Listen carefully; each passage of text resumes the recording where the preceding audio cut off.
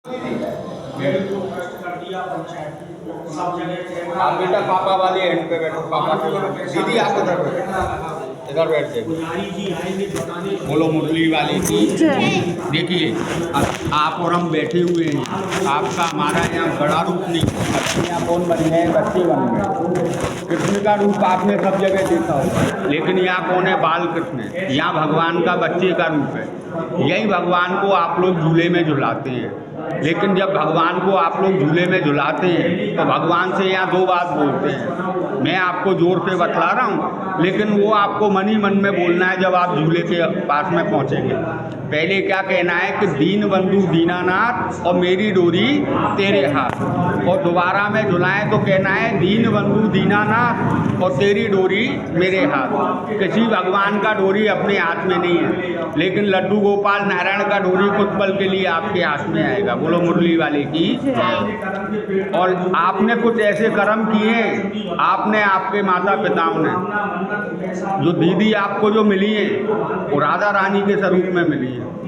नहीं तो सभी भक्तों को हम दर्शन कराते हैं और बहन लोगों को हम बार बार हम समझाते हैं कि मंदिर में कभी जाएं, भगवान के दरबार में कहीं भी जाएं तो अपना सिर ढक के जाना चाहिए। दीदी को हमने बताया नहीं है, उन्होंने ऑटोमेटिक पहले ही सिर ढका है। सिर क्यों ढकते हैं? सिर ढकने से आपका लंबा आयु बढ़ता है। अपना जो पात्र स्त्री होती है वो जानती है कि मेरे को मेरे पति की आयु लंबी चाहिए। बोलो मुरली वाले की। आगे जाएंगे, अपन को बैठ के ही चलना है।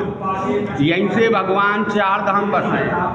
पहला धाम भगवान ने क्या बसाया है? जगन्नाथ धाम, उड़ीसा। वहाँ ये इनकी बहन रहती थी, सुमित्रा बहन।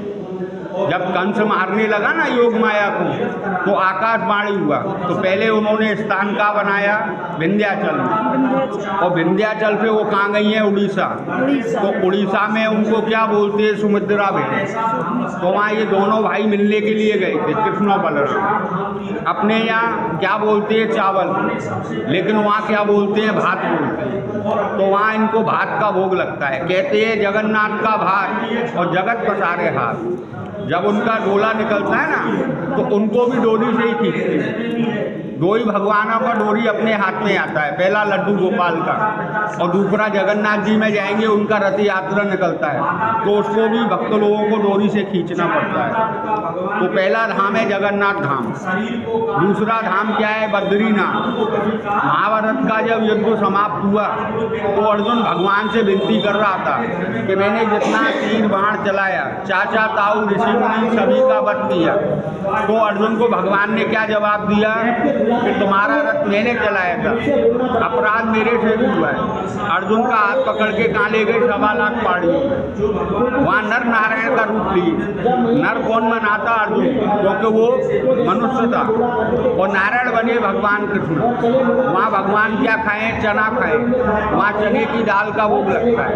तीसरा धाम है द्वारका, गुजरात के अंदर। वहाँ अपन जाएंगे, वहाँ के राजा कहलाएंगे, तो वहाँ इनको गोला कृष्ण पंचमेवा का भोग लगता है। और चौथे धाम में आप लोग यहाँ बैठे हुए, यहाँ भगवान को झूला झुलाए, सुदामा बन के आपको झुलाना है। सुदामा आप बनेंगे, ये आपके लिए कौन बनेंगे? नारायण द्वारकानाथ बनेंगे। बोलो लड्डू गोपाल की। आज के आनंद की 3 चीज भगवान के समय का है ये ब्रज के अंदर भैया जी। पहला, आप लोग पुल पे होके आए होंगे यमुना जी। दूसरा, भगवान के आगे कच्ची भूमि, जहाँ भगवान मिट्टी खाए, माँ यशोदा ने थप्पड़ मार दिया था गुस्से में, तो भगवान ने मुख खोला, तीनों लोग दिखाए। और तीसरा वस्तु क्या है? यहाँ से 20 किलोमीटर आगे गोवर्धन। आप ये ब्रज में आए तो गोवर्धन पर्वत का जरूर दर्शन करके जाना। वहाँ उन पर दूध चढ़ाया जाता है, दूध नहीं मिल जाता है दुकान के पास, अन्यथा वहाँ से भी नहीं लेना हो। आपको ज़्यादा पुण्य लेना है तो वहाँ से दूध नहीं लेना, यहाँ से दूध का थैली मिल जाता है अमूल का, तो थैली ले जाना, तो थोड़ा फाड़ के वो दूध का अभिषेक करना। गिरिराज जी महाराज क्या है कि दिन भर उन पर दूध ही चढ़ता है अपना। वहाँ आप नालियों में भी देखेंगे ना तो आपको दूध ही दूध नजर आएगा। बोलो मुरली वाले की, लड्डू गोपाल की।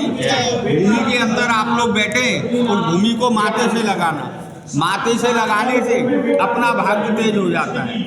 आपके भाग्य का क्या है भैया जी? संतान। और दीदी के भाग्य का क्या है? लक्ष्मी।